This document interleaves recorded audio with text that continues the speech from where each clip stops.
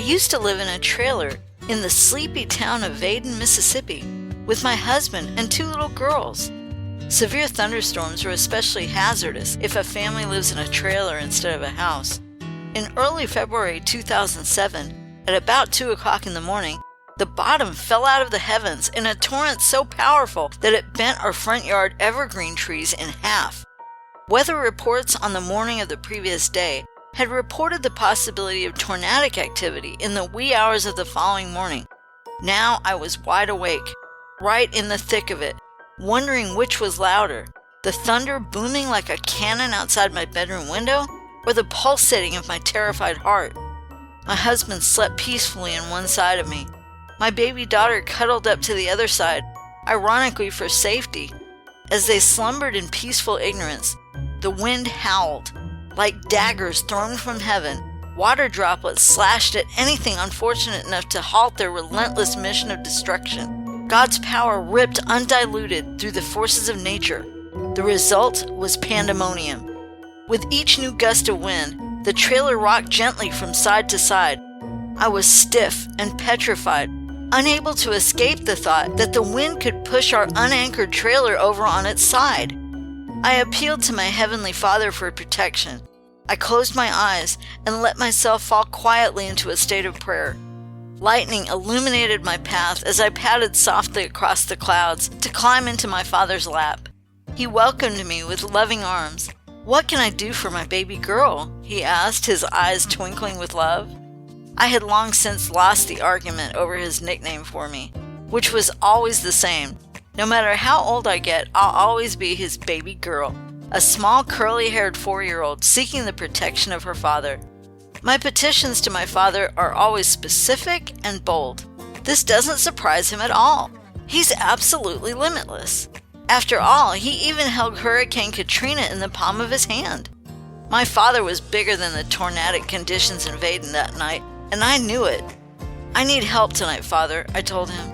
"That storm is really bad. I need all the angels you can spare." Our trailer was not anchored to the ground. It was simply sitting up on concrete blocks. Even the sheet metal around the bottom was missing, so the wind used to get underneath the trailer, and it tended to lift the whole rickety trailer upward. "Father, I ask for angels holding on to each corner of the trailer. I also need a big crowd of angels sitting on top of the roof so that the metal doesn't lift up. Please place 2 or 3 angels on top of the leak in the kitchen ceiling where the water drips down onto the stove. I also need angels lined up along the 4 sides of the trailer. Father, give them all good handholds so that they can keep the trailer from blowing over sideways." My father smiled.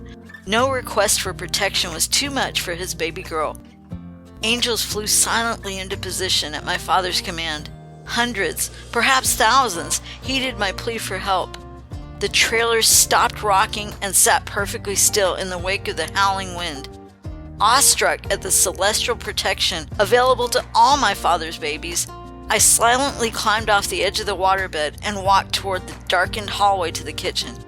I flipped the light switch and tiptoed cautiously to the stove, half expecting to see a huge puddle of water on top of it. The top of the stove was dry. Not a single drop of rain had fallen onto it from the leak around the unused pipe in the ceiling. I ventured a glance upward. The vent was perfectly dry too. I smiled impulsively, thinking of 2 12-foot angels sitting on the roof with their wings outstretched and overlapping each other. No rain could penetrate their celestial shield. I turned off the kitchen light and walked back toward the bedroom, curious about how quiet the raindrops were. Our metal roof amplified sound, and normally during a storm like this, the noise would be deafening. It was not until I reached my bedroom window that I realized what was happening.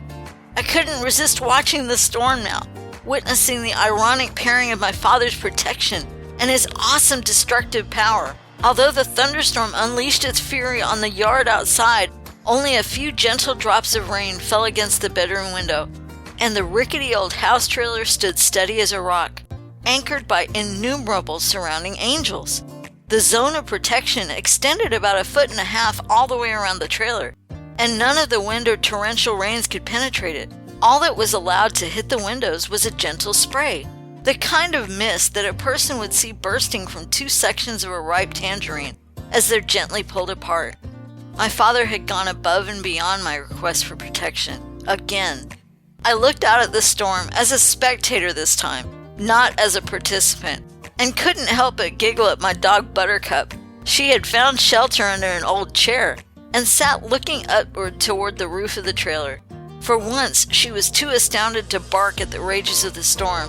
Instead, she stared upward, her eyes wide and her ears straight out to the sides of her golden head like wings, not making a sound. I envied her, wishing that for just a second I could see things from her perspective. My father graciously gave me a revelation of what Buttercup was watching, and what I saw transfixed me. In those brief seconds of time, I found myself hovering above the trailer outside my body. The view was incredible. Surrounding the trailer on all four sides, about 1.5 feet from the walls, were crowds of smiling angels with their wings outstretched in a celestial barrier against the furious storm that surrounded them. This was extraordinary, but it's what I saw above the trailer that made me stand in awe at my father's power. In a 30-foot arc above the roof were innumerable angels, effortlessly forming a heavenly canopy. Their wings were outstretched to their full glorious wingspans.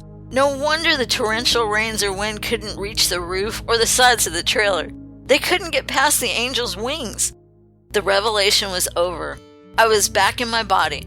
The storm raged on, but as I crawled back into the bed between my husband and my baby daughter, I knew that I was safe. The trailer didn't move for the rest of the night, and neither did my faith in God. He protected my whole family that night with the help of a colossal team of shimmering angels.